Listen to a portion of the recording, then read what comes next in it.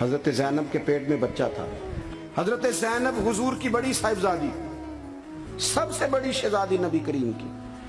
جناب زینب گھوڑے پہ بیٹھی تھی، حبار بن اسود. جناب زینب کے جسم اطہر میں اولاد تھی، بچہ تھا.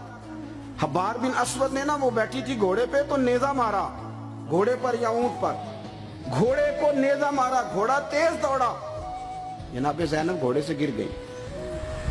ان کے پیٹ میں بچہ تھا، ضائع ہو گیا. پھر وہ کافی دیر علیل رہی، اسی بیماری سے ان کا وصال ہوا. وہ شہید ہوئی. بڑی تکلیف ہوئی نبی کریم کو، بڑی تکلیف. فتح مکہ کے موقع پر نا حبار بن اسود کلمہ پڑھنے آیا. سیرت ابن حشام والے کہتے ہیں جب وہ آیا تو اس نے چہرے پہ کپڑا رکھا ہوا ہے. نبی کریم علیہ السلام کی بارگاہ میں حاضر ہوا تو حاضر ہو کے نا عرض کرنے لگا، یا رسول اللہ صلی اللہ علیہ وسلم کو بہت بڑا دشمن بھی آیا تو معاف کر دیتے ہو. حضور خاموش ہیں، گردن جھکی. پھر کہنے لگا، بہت بڑا دشمن بھی آیا تو معاف کر دیتے ہو. حضور خاموش ہیں.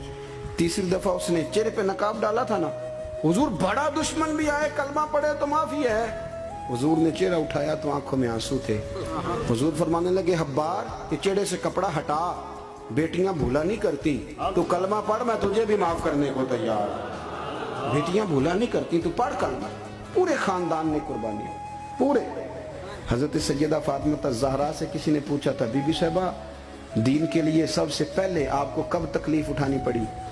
حضرت فاطمہ فرماتی میں چھوٹی سی تھی جب میری اماں وصال کر گئی، اور جب جناب ابو طالب وصال کر گئے تو مجھے کسی نے پہلے دن جب میں نے یہ تکلیف دیکھی اور صحیح کسی نے مجھے آ کے بتایا کہ فاطمہ نبی پاک علیہ السلام نا حرم کعبہ میں سجدے میں تھے. اونٹ کی اجڑی بڑی وزنی ہوتی ہے، حضور سجدے میں تھے. ابو جہل نے دو لوگوں سے کہا تو انہوں نے اونٹ کی اجڑی لا کے نا نبی پاک کے سر پہ رکھ دی. حضور علیہ السلام ساری قوتوں کے مالک ہیں، لیکن بظاہر حضور سر اٹھاتے ہیں تو تکلیف ہوتی ہے. فاطمہ نہ ابو بکر صدیق مکے میں ہیں، نہ مولا علی موجود ہے، تو آپ چلیں گی؟ بی بی صاحبہ کہتی ہے میں اس عمر میں چہرے پہ نقاب ڈال کے نکلی، اس عمر پہلے دن نکلی. اماں چلی گئیں، پہلے دن میں نکلی، اور جب میں حرم کعبہ میں گئی تو میں نے لوگوں کو اپنے باپ پر معاذ اللہ ہنستے ہوئے دیکھا. کہتی میں نے کھینچ کی اجڑی حضور کی اتاری. نبی کریم نے میرا چہرہ دیکھا تو حضور رو پڑے. فاطمہ تو کیسے آئی؟ حضور مجھے اطلاع ملی. سیدہ پاک کہتی ہے میں نے حضور کو انگلی تھامی نبی پاک کی، اور میں حضور کو آب زمزم کے کنویں پہ لائی. نبی کریم بیٹھ گئے، میں نے پانی نکالا، حضور کی زلفوں کو دھویا، اور پھر میں نے کہا اللہ انہیں برباد کر دے جنہوں نے میرے بابا کو تکلیف دی ہے، انہیں برباد کر دے جنہوں تکلیف دی ہے میرے بابا. حضرت ابو ہریرہ فرمایا کرتے تھے جن کے لیے سیدہ نے اس دن دعا کی تھی وہ سارے بدر میں مارے گئے، سارے بدر میں قتل ہوئے. ایک ایک شخص نے تکلیف صحیح صاحب، ایک ایک شخص. نبی کریم علیہ السلام کی چاروں بیٹیوں نے، پتہ ہے آپ کو، دو بیٹیاں ابو لہب کے دو بیٹوں سے بیائی گئی تھی. وہ جتنا لوگ بلیک میل کر سکتے ہیں نا، ایک تکلیف ہوتی ہے جسمانی، ایک نفسیاتی ہوتی ہے، کسی کو تنگ کرنا، اذیت دینا، بچوں کی طرف سے، ماں باپ کی طرف سے، وہ جو نفسیاتی تکلیف ہوتی ہے وہ آدمی کو بڑا کمزور کر دیتا. ابو لہب نے پیغام بھیجا کہ یہاں آپ دین کی تبلیغ چھوڑ دیں ورنہ بیٹیوں کو طلاق دے دی جائے گی.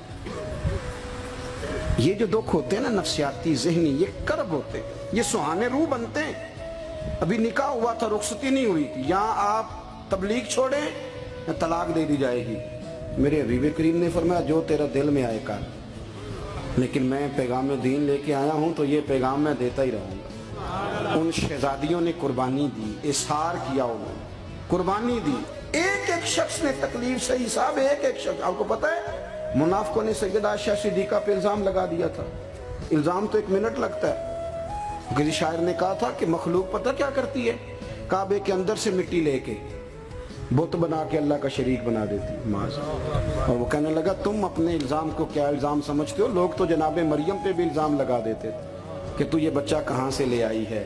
کہنے لگا مخلوق تو فنکار ہے اس درجہ کے پل بھر میں، سنگے در کعبہ سے بھی اصنام تراشے. تم کون ہو، کیا چیز ہے داغ کبابی، لوگوں نے تو مریم پہ بھی الزام تراشے.